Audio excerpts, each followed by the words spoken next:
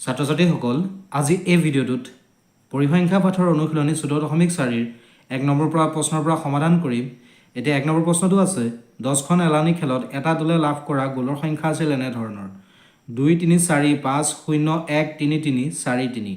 10খন খেলত এটা দলে কেনেকৈ গ'ল কৰিছিলে সেই তথ্যখিনি আমাক দিয়া আছে। ঠিক আছে, ইয়াৰ পৰা আমাক মাধ্য, মধ্যমা আৰু বহুলক উলিয়াব কৈছে। ঠিক আছে, এতিয়া প্ৰথম আমি মাধ্য উলিয়াম। মাধ্য কেনেকৈ উলিয়াম?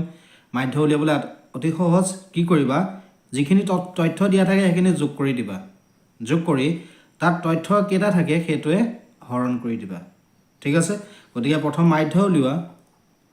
কেনেকৈ উলিয়াবা? এইখিনি যোগ কৰা 2 যোগ 3 যোগ 4 যোগ 5 যোগ 0 যোগ 1 যোগ 3 যোগ 3 যোগ 4 যোগ 3। ঠিক আছে, খেল কেইখন আছে 10খন, হয়নে? 10খন খেলৰ গোল আছে, গতিকে 10এ হৰণ কৰিবা। ইয়াত তথ্য 10টা আছে, চোৱা 1 2 3 4 5 6 7 8 9 10টা 10টা তথ্য আছে, দেখিছানে? গতিকে 10এ হৰণ কৰি দিছোঁ। ঠিক আছে, এতিয়া এইখিনি যোগ কৰা 2 3 5 5 4 9 9 5 14 14 1 15 15 3 18 18 3 21 21 4 25 25 3 কিমান 28। তলত 10। এতিয়া চোৱা 10ত 0 এটা আছে, গতিকে যেতিয়া 10এ আমি 28ক হৰণ কৰিম পইণ্টটো এটা অংক আগত বহিব, মানে কি পাম 2.8। গতিকে এই তথ্যখিনিৰ আমি মাধ্য কি পালোঁ 2.8। ঠিক আছে, তাৰপিছত মধ্যমা আৰু বহুলক উলিয়াবলৈ আছে। মধ্যমা আৰু বহুলক উলিয়াবৰ কাৰণে কি কৰিবা, যিখিনি তথ্য দিয়া থাকে সেইখিনি সৰুৰ পৰা ডাঙৰলৈ সজাই ল'বা, ঊৰ্ধ্বক্ৰমত সজাই ল'বা। ঠিক আছে, গতিকে প্ৰথম এই তথ্যখিনি ঊৰ্ধ্বক্ৰমত সজাই লোৱা। ঊৰ্ধ্বক্ৰমত সজালে আটাইতকৈ সৰু কি আছে দেখিছানে? 0। তাৰপিছত কি আছে? 1 আছে। তাৰপিছত কি আছে? 2 আছে। তাৰপিছত কি আছে? 3 কেইটা? 1 2 3 4টা, গতিকে 3 4টা লিখা। তাৰপিছত 4 কেইবাৰ আছে? 1 2 আছে, 2টা লিখা। তাৰপিছত 5 এটা আছে। 10টা হ'লে 1 2 3 4 5 6 7 8 9 10টা। ঠিক আছে, এইটো এইখিনি লিখি ল'ব পাৰা ওপৰত। তথ্যখিনি ঊৰ্ধ্বক্ৰমত সজাই,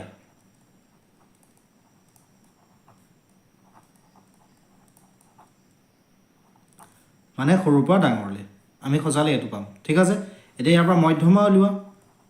মধ্যমা উলিয়াবা কেনেকৈ চোৱা, অতি সহজ মেথড মই এটা দেখাই দিছোঁ। ইয়াৰ এটা কাটিবা, এইফালে এটা কাটিবা, এইফালে এটা কাটিবা, এইফালে এটা কাটিবা, এইফালে এটা কাটিবা, এইফালে এটা কাটিবা, এইফালে এটা কাটিবা, এইফালে এটা কাটিবা। মাজত যদি 2টা থাকি যায় তেতিয়া সেই 2টা যোগ কৰি দিবা। ইয়াত 2টা থাকি গ'ল, দেখিছানে?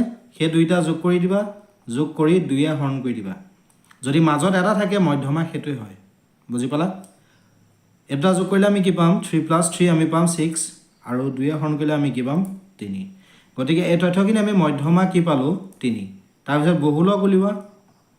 বহুলক আমি কেনেকৈ উলিয়াম? কোনটো সংখ্যা ইয়াত কেইবাবাৰো আহিছে, মানে সৰহকৈ আহিছে? চোৱাচোন 3টো ইয়াত 4বাৰ আছে, দেখিছানে? গতিকে বহুলক কি হ'ব? 3।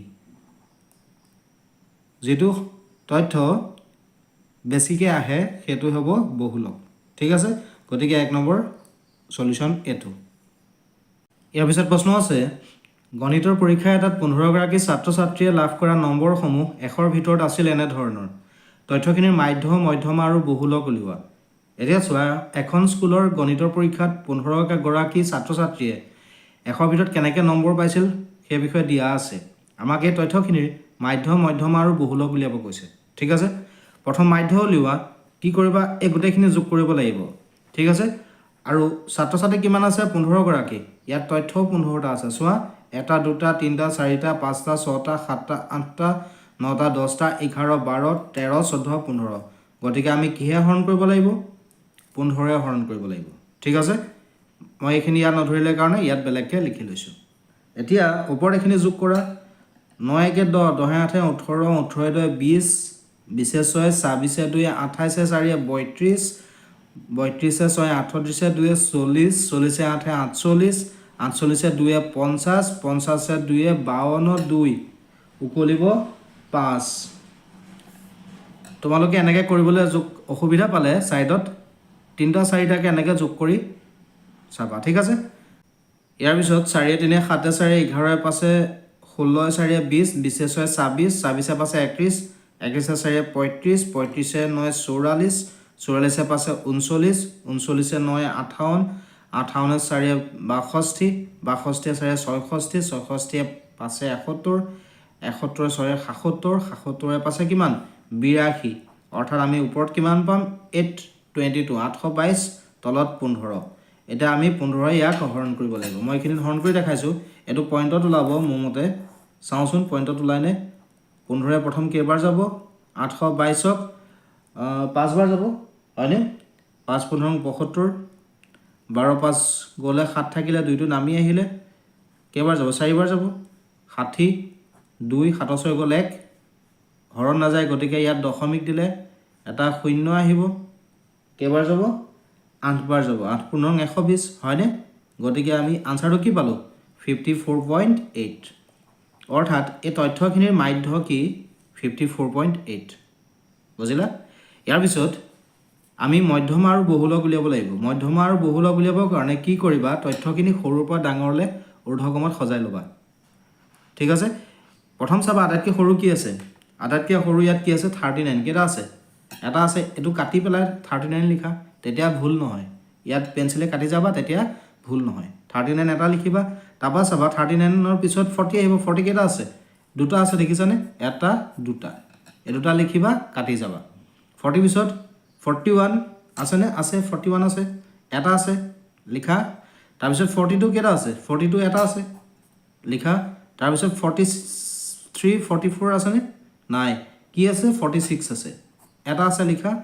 তাৰ পিছত 47 আছে নে নাই 48 আছে কাটি পেলাই লিখা 48 49 50 এবিলাক নাই 51 নাই হয়নে তাৰ পিছত কি আছে 52 52 কেইবাৰ আছে সো এবাৰ দুবাৰ তিনিবাৰ আছে দেখিছানে 52 তিনটা লিখা তাৰ পিছত 53 আছে নে নাই 54 আছে এটা আছে লিখা তাৰ পিছত 60 আছে নে 54 পিছত 55 এবিলাক নাই দেখিছানে তাৰ পিছত কি আছে 60 আছে 60 লিখা তাৰ পিছত 62 61 নাই তাৰ পিছত 96 আছে আৰু 98 এনেকৈ কাটি গলে তেতিয়া ডাটাটো থাকি না যায় আৰু ভুল হোৱা চান্স না থাকে ঠিক আছে কাটি কাটি এনেকৈ লিখি যাবা এখিনি এনেকৈ খজালে আমি এনেকৈ পাম ঠিক আছে ইয়াৰ পিছত এটা মধ্যমা উলিয়াব লাগিব মধ্যমা উলিয়াবলৈ সহজ মেথডটো কি আছিল এই ফালৰ পৰা এটা কাটিবা এই ফালৰ পৰা এটা কাটিবা আকৌ ইয়াৰ পৰা এটা কাটিবা ইয়াৰ পৰা এটা কাটিবা ইয়াৰ পৰা এটা কাটিবা ইয়াৰ পৰা এটা কাটিবা ইয়াৰ পৰা এটা কাটিবা ইয়াৰ পৰা এটা কাটিবা ইয়াৰ পৰা এটা কাটিবা ইয়াৰ পৰা এটা কাটিবা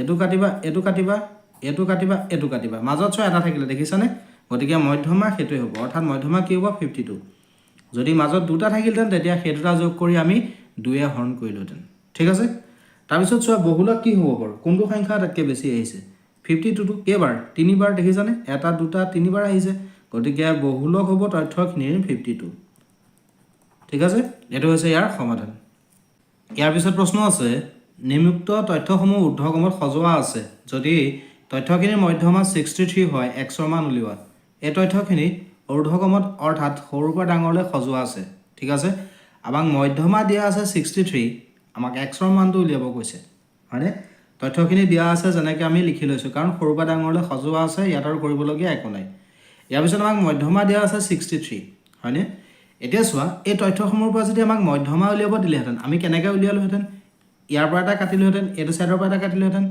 এটো কাটিলোহেঁতেন আকৌ এটো কাটিলোহেঁতেন এটো কাটিলোহেঁতেন এটো কাটিলোহেঁতেন এটো কাটিলোহেঁতেন মাজত কেইটা থাকিলে তথ্য দুটা থাকিলে গতিকে আমি ইয়াৰ মধ্যমা কেনেকৈ উলিয়ালোহেঁতেন এই দুটা যোগ কৰিলোহেঁতেন কৰি দুয়ে হৰণ কৰিলোহেঁতেন হয়নে গতিকে আমি এই মধ্যমাৰ জেগাত এটো লিখিব পাৰোঁনে পাৰোঁ নাই পাৰোঁ এই তথ্যখিনিৰ মধ্যমা আমি x + 2 ডিভাইডেড বাই 2 পাম যেটো প্ৰশ্নত দিয়া আছে 63 এতিয়া ইয়াত চোৱা x + x আমি কি পাম 2x + 2 তলত 2 আছে এই 2 টো এটো সাইডে নিলে কি হ'ব পূৰণ হ'ব এটো সাইডে হৰণ হৈ আছে হয়নে তেতিয়া আমি কি পাম ইয়াত পাম 2x + 2 = 63 লগত 2 পূৰণ কৰা 2x এটো আমি পূৰণ কৰিলে কি পাম 2 3 × 6 2 6 × 12 এই +2 টো এটো সাইডে নিলে কি হ'ব -2 বুজি পাইছা এতিয়া ইয়াৰ পিছত চোৱা আমাক x লাগে এটো মাইনাস কৰি আমি পাম 124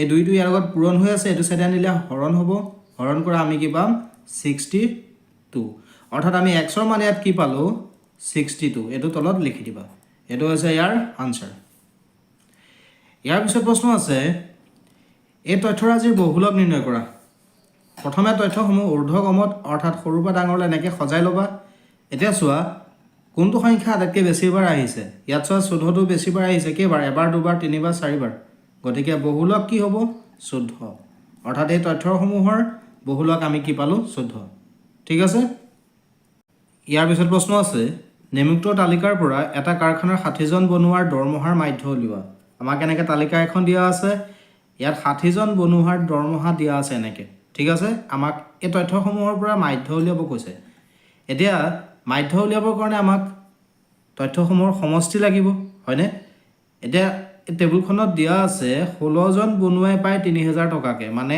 এজনে পায় 3000 টকাকৈ ঠিক আছে তাৰপিছত দিয়া আছে 12 জনে পায় 4000কৈ 10 জনে পায় 5000কৈ 8 জনে পায় 6000কৈ 6 জনে 7000কৈ 4 জনে 8000কৈ 3 জনে 9000কৈ এজনে পায় 10000 এই তথ্যসমূহ দিয়া আছে ঠিক আছে এই প্ৰশ্নটো টেবুলখন এনেকৈ দিয়া আছে তোমালোকে আৰু এটা ঘৰ এনেকৈ বনাই ল'বা পৰা দৰমহা টকাটো লিখিবা xi আৰু বনুৱাৰ সংখ্যাটো লিখিবা fi এইটো ঘৰত লিখিবা fi xi মানে আমি এই দুটা পূৰণ কৰি ইয়াত লিখিম অৰ্থাৎ 16 এজনে পায় 3000কৈ 16 জনে কিমান পাব 16 লগত 3 পূৰণ কৰিলে আমি পাম 48000 হয়নে এজনে পায় 4000 12 জনে পায় কিমান পাব 12 লগত 4 পূৰণ কৰিলে আমি কি পাম এইটো 48 পাম হয়নে এজনে 5000 পায় 10000 জনে কিমান পাব 50000 পাব fi xi মানে আমি এই দুটা পূৰণ কৰি দিছোঁ ঠিক আছে ঠিক তেনেকৈ এইটো পূৰণ কৰা 8 6 গুণ 48